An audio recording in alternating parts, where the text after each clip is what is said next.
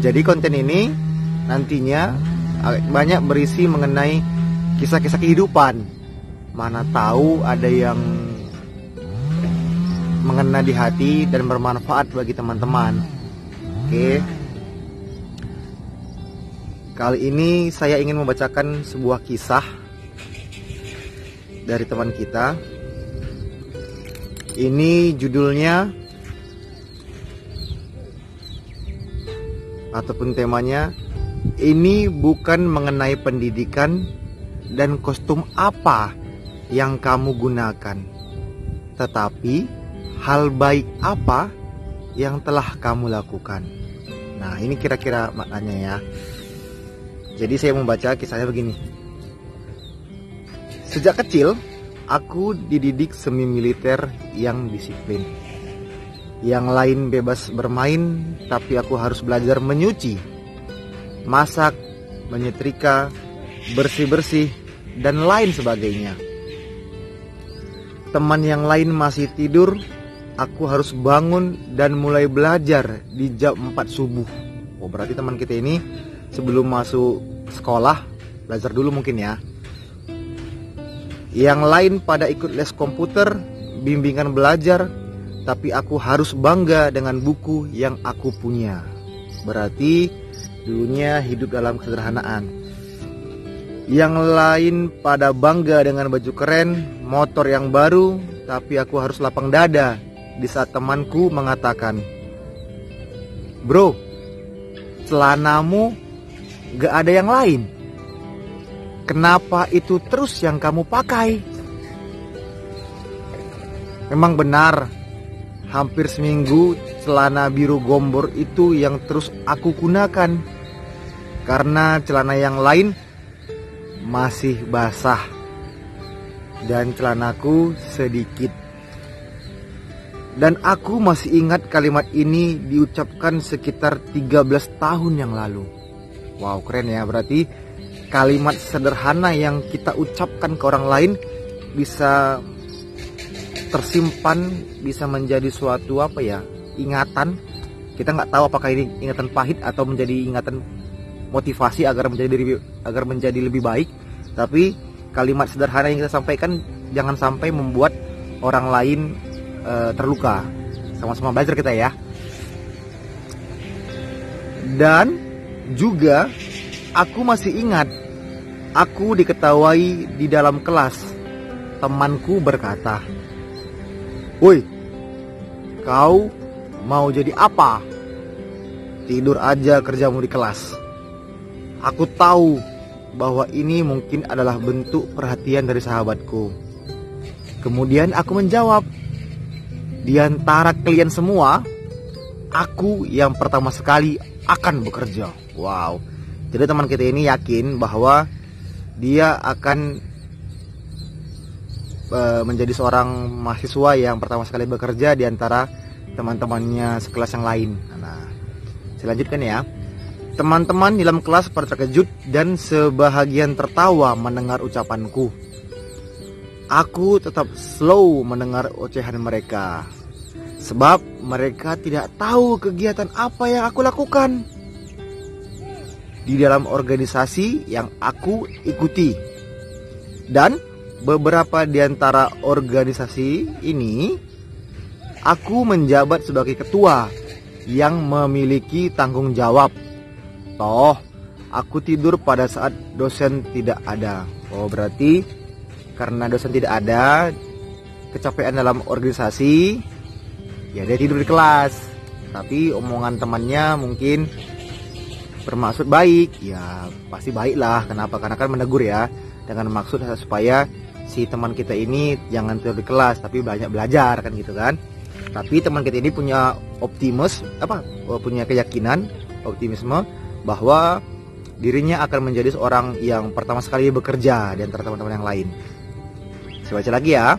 "Puji Tuhan, dan kamu harus tahu, aku benar sebagai mahasiswa yang pertama sekali bekerja di antara teman sekelasku.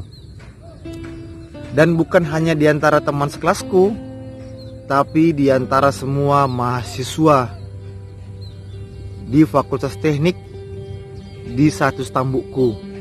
yang berjumlah 6 kelas. Aku bekerja sebelum wisuda, dan aku sebagai urutan pertama menulis formulir daftar mahasiswa yang telah bekerja yang diberikan oleh dosen saya. Saya mengisi daftar ini di kantor dosen Fakultas Teknik Sipil. Dan dari organisasi olahraga, saya mendapat prestasi dan memberikan 2 medali, yaitu perak dan perunggu, untuk kampus saya dan provinsi saya. Hingga, kalau tidak salah saya ingat, gubernur pun datang di saat perayaan itu. Dan kamu juga harus tahu, saya mendapat beasiswa, yaitu kira-kira hadiah berupa uang yang jumlahnya melebihi biaya kuliah saya dalam 2 semester. Wah, berarti dia mengikuti organisasi olahraga dan dalam pertandingan dia dapat hadiah, dan gubernur pada saat itu mengapresiasi hingga datang pada saat perayaan perkumpulan para kontingen mungkin ya, sehingga dapat beasiswa bagi yang berprestasi, atlet-atlet yang berprestasi. Oke, saya lanjut lagi ya. Pada saat teman-teman SMS saya, di saat mereka wisuda, saya telah mendapat gaji dan telah bekerja di Sulawesi Tenggara. Saya bangga walaupun dulu mungkin pernah dianggap tidak berarti. Oh, berarti teman-temannya sudah wisuda, namun kawan kita ini sudah bekerja. Jadi ya teman-temannya masih wisuda, dia sudah bekerja gitu mungkin ya. Berarti dia bekerja sebelum wisuda gitu mungkin ya. Selanjutnya ya, kamu tahu profesi pemulung? Mereka mengambil barang-barang bekas yang dianggap oleh sebahagian orang itu adalah sampah yang tidak memiliki arti. Namun bagi para pemulung, itu adalah mata pencarian mereka yang bisa menghidupi dirinya beserta keluarganya. Karena sampah itu bisa didaur ulang menjadi barang yang lebih bernilai. Kita yang adalah manusia lebih berharga daripada setumpuk sampah. Walaupun kamu pernah dianggap tidak punya makna, tapi saya percaya kamu berharga dan kita adalah manusia yang baik adanya. Karena saya percaya Tuhan menciptakan kita untuk melakukan dan menghasilkan hal yang baik yang akan diingat orang. Hai teman, mungkin kamu suka kopi, saya suka teh. Kamu suka bekerja di kantor, saya suka di lapangan. Kamu suka pekerjaan yang nyaman, saya suka yang memiliki tantangan. Kamu suka mall, saya suka alam. Kamu ingin menjadi abdi negara, saya ingin jadi orang yang bebas berkarya. Kita berbeda, namun kita manusia yang sama. Sama-sama memiliki impian.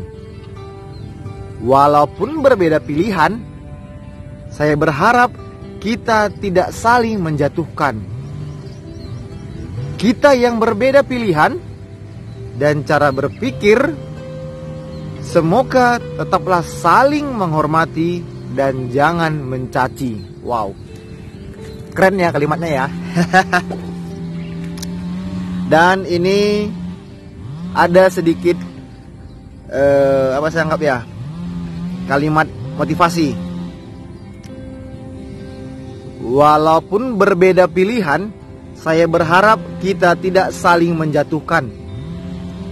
Kita yang berbeda pilihan dan cara berpikir, semoga tetaplah saling menghormati dan jangan mencaci. Saya baca ini ya. Jikalau boleh adanya, selayaknya kita seperti magnet yang berbeda kutub, tetapi tetap tarik-menarik. Yang berbeda cara hidup, namun tetap saling dekat dengan landasan kasih. Ini aku dengan kisahku, terima kasih. Wow, keren ya. Semoga teman-teman dapat ilmu atau dapat pembelajaran dari kisah ini. Dan jika teman-teman ingin berbagi cerita dan juga pengalaman hidup ataupun kisah hidup ataupun cara pandang, cara berpikir teman-teman, boleh kita saling berbagi. Semoga cerita kita, pengalaman kita memberi manfaat kepada orang lain dan menjadi hal yang baik untuk diri kita sendiri, untuk keluarga kita, dan untuk sesama kita. Terima kasih. Selamat bekerja, selamat berkarya, dan selalu menjaga kesehatan. Terima kasih.